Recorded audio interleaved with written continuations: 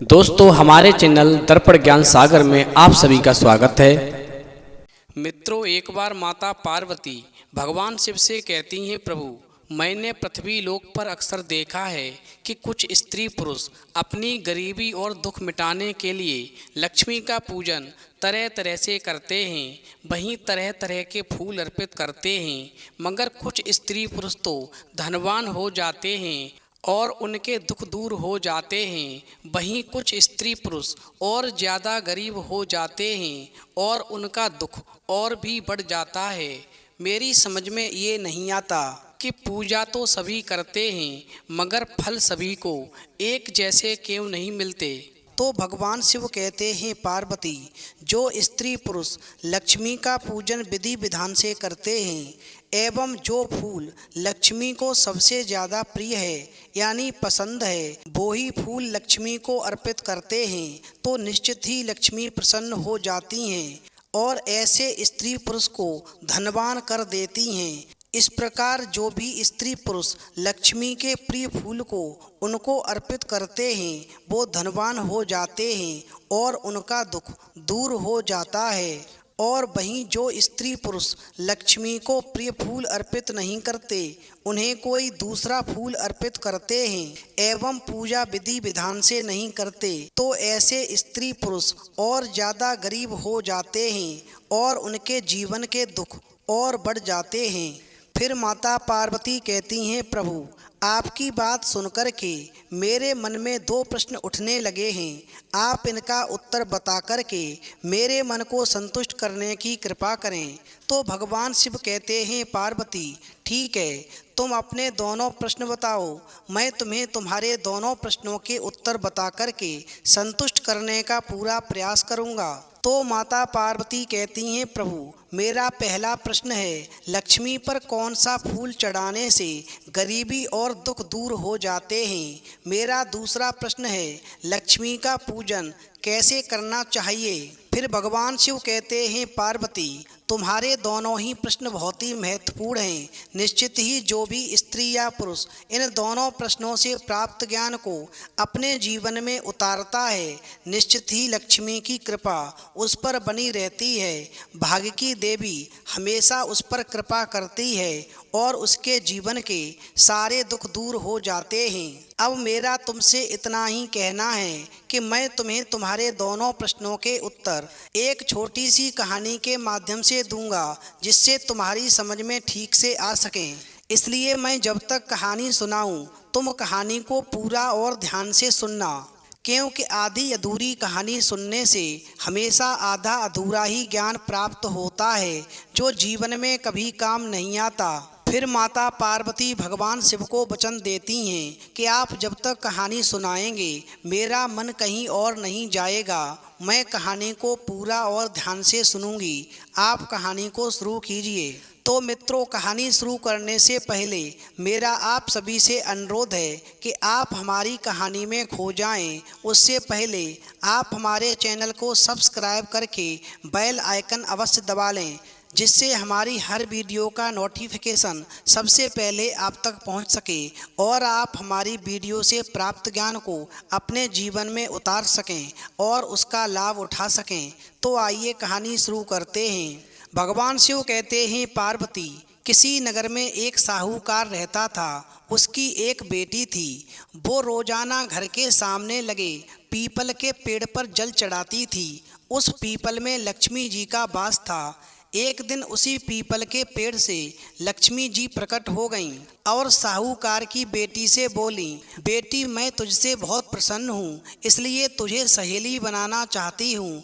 तो साहूकार की बेटी बोली, आप मुझे क्षमा कीजिए, मैं अपने माता पिता से पूछकर ही बताऊंगी कि मैं आपकी सहेली बनूं या ना बनूं। भगवान शिव कहते हैं, पार्वती फिर उस साहूकार की बेटी ने अपने घर पर आकर के अपने माता पिता को सारी बात कही और उनकी आज्ञा से लक्ष्मी का प्रस्ताव स्वीकार कर लिया।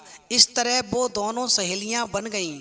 भगवान शिव कहते हैं, पार्वती अब समय धीरे धीरे गुजरता गया। एक दिन लक्ष्मी ने उस साहूकार की बेटी को अपने यहाँ पर भोजन के लिए बुलावा दिया। जब साहूकार की बेटी भोजन करने के लिए पहुँची तो लक्ष्मी ने उसे सोने चांदी के बर्तनों में खाना खिलाया, सोने की चौकी पर बिठाया और उसे बहुत कीमती रेशमी कपड़े ओढ़ने पहनने के लिए दिए। उसके बाद में लक्ष्मी ने फिर उस साहूकार की बेटी से कहा कि आज मैंने तुम्हें खाना खिलाया है, अब कुछ दिनों के बाद में मैं तुम्हारे घर खाना खाने के लिए आऊँगी। तो साहूकार की बेटी ने हाँ कर दी और वो खाना खाकर चली गई। भगवान शिव कहते हैं पार्वती, फिर उस साहूकार की बेटी ने जब सारी बातें अपने माता पिता को बताईं तो वो बहुत ही खुश हुए। लेकिन वहीं साहूकार की बेटी कुछ मन में सोच कर के उदास होकर बैठ गई।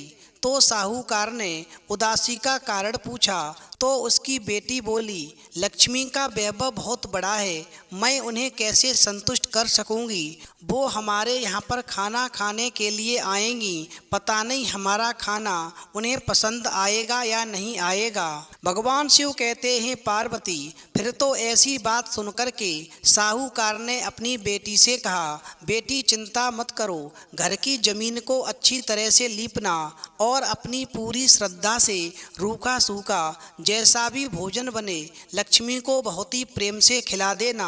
वहीं साहूकार अपनी बेटी से इतनी बातें कर ही रहा था कि तब तक एक चील कहीं से उड़ती हुई आ गई और उसने साहूकार के घर में एक बेशकीमती नौलखा हार और एक पलाश का फूल आंगन में गिरा दिया।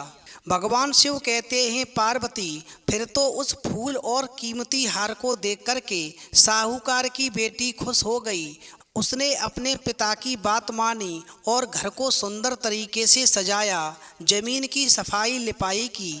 वहीं चील ने जो हार और पलाश का फूल आंगन में गिराया था, फिर साहूकार ने उस हार को बेच कर के लक्ष्मी के लिए अच्छे भोजन का इंतजाम किया। उन्होंने सोने की चौकी और रेशमी दुशाला खरीदा। फिर जब लक्ष्मी गणेश घर में आए तो साहूकार की बेटी ने उन्हें सोने की चौकी पर बैठने को कहा। इस पर लक्ष्मी ने कहा, इस पर तो राजा रानी बैठते हैं, और इतना कहकर के वो साफ जमीन पर ही आसन बिछा कर के बैठ गईं और बहुत ही प्रेम से भोजन किया। भगवान शिव कहते हैं पार्वती, जब लक्ष्मी और गणेश ने भोजन कर लिया तो भोजन करने के बाद में उस साहूकार की बेटी ने वो पलाश का फूल जो था लक्ष्मी के समक्ष अर्पित किया, क्योंकि लक्ष्मी को पलाश का फूल सबसे ज़्यादा प्रिय है। फिर तो जैसे ही लक्ष्मी ने उस पलाश के फूल को देखा तो उनकी प्रसन्नता का ठिकाना नहीं रहा और एकदम से साहूकार की बेटी से बोली, बेटी ये फूल मुझे सबसे ज़्यादा पसंद है। जो भी मेरी पूजा विधि विधान से करने के बाद में मुझे पलाश का फूल अर्पित करता है, उसका घर सुख संपत्ति से भर जाता है। तुम चिंता मत करो, आज से तुम्हारे माता पिता का सारा दुख दूर हो जाएगा और तुम्हारा घर अपार सुख संपत्ति से भर जाएगा। भगवान शिव कहते हैं पार्वती, इस प्रकार लक्ष्मी गणेश भोजन करने के बाद में उस साहूकार की बेटी को आशीर्वाद देकर के और वहां से चले गए। वहीं लक्ष्मी गणेश के घर से जाते ही उस साहूकार का घर सुख संपत्ति से भर गया और उसके जीवन के सारे दुख दूर हो गए। भगवान शिव कहते हैं पार्वती, तुम्हारा पहला प्रश्न था कि लक्ष्मी को कौन सा फूल पसंद है या लक्ष्मी पर कौन सा फूल चढ़ाने से इंसान की गरीबी दूर हो जाती है, उसके जीवन के दुख दूर हो जाते हैं। तो समझ लो, जो भी स्त्री पुरुष लक्ष्मी को पलाश का फूल अर्पित करता है उसके जीवन के सारे दुख दूर हो जाते हैं, उसका घर खुशियों से और सुख संपत्ति से पूरी तरह से भर जाता है। वहीं जो भी स्त्री पुरुष पलाश के फूल को छोड़ कर के और कोई फूल अर्पित करता है तो वो और ज़्यादा गरीब होता चला जाता है। इसलिए हमेशा लक्ष्मी पर पलाश का फूल ही अर्पित करना चाहिए। अब भगवान शिव कहते हैं पार्वती, तुम्हारा दूसरा प्रश्न था कि लक्ष्मी का पूजन कैसे करें, तो समझ लो, प्रातः स्नान आदि से निवृत्त होकर के स्वच्छ वस्त्र धारण करें। सायंकाल पुनः स्नान करें। लक्ष्मी के स्वागत की तैयारी में घर की सफाई करके दीवार को चूने अथवा गेरू से पोत करके लक्ष्मी का चित्र बनाएं। भोजन में स्वादिष्ट व्यंजन, कदली फल पापड़ तथा अनेक प्रकार की मिठाइयाँ बनाएं। लक्ष्मी के चित्र के सामने एक चौकी रखकर उस पर मौली बांधें। इस पर गणेश जी की मिट्टी की मूर्ति स्थापित करें। फिर गणेश जी को तिलक करके पूजा करें। चौकी पर 6 चौमुखे एवं 26 छोटे दीपक रखें। फिर जल, मौली, चावल, फल, गुड़, अबीर, गुलाल, धूप आदि से विधिवत पूजन करें। पूजा पहले पुरुष बाद में स्त्री को करनी चाहिए। एक छोटा तथा एक चौमुखा दीपक रख कर के और साथ में पलाश का फूल रख कर के लक्ष्मी का पूजन करें। पूजा के बाद एक एक दीपक घर के कोनों में जलाकर रखें। पूजन के बाद तिजोरी में गणेश जी तथा लक्ष्मी की मूर्ति रखकर विधिवत पूजा करें। तत्पश्चात इच्छा अनुसार घर की बहू बेटियों को रुपए दें।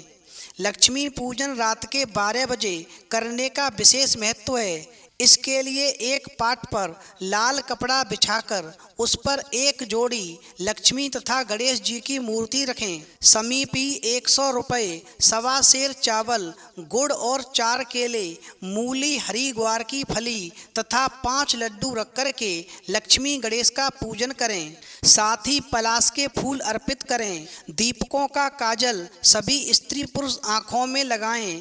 फिर रात्रि जागरण करके गोपाल सहस्त्र नाम पाठ करें। इस दिन घर में बिल्ली आए तो उसे भगाएं नहीं और अंत में अपने से सभी बड़े बुजुर्गों के चरणों की वंदना करें। वहीं व्यावसायिक प्रतिष्ठान गद्दी की भी विधि पूर्वक पूजा करें। रात को 12 बजे दीपावली पूजन के उपरांत चूने या गेरू में रुई भिगो कर के चक्की, चूल्हा, सिल एवं सूप आदि पर तिलक लगाएं। दूसरे दिन प्रातःकाल 4 बजे उठ कर के पुराने सूप में कूड़ा रख कर के उसे दूर फेंकने के लिए ले जाते समय कहें, लक्ष्मी लक्ष्मी आओ, दरिद्र दरिद्र जाओ। भगवान शिव अंत में कहते हैं, पार्वती, जो भी स्त्री या पुरुष इस प्रकार विधि विधान से लक्ष्मी के प्रिय फूल को चढ़ाते हुए विधि विधान से उनका पूजन करता है, उसके जीवन में अपार सुख संपत्ति हो जाती है। जीवन में कभी भी दुख पास नहीं आता। जीवन के सारे दुख दूर हो जाते हैं। इसलिए लक्ष्मी को उनका प्रिय फूल पलाश का फूल जो है वही अर्पित करना चाहिए और उनका पूजन पूरे विधि विधान के साथ करना चाहिए। तो मित्रों, यदि आपको वीडियो पसंद आई हो तो प्लीज़ आप हमारे चैनल को सब्सक्राइब अवश्य करें और भगवान शिव और पार्वती के लिए एक लाइक करना न भूलें।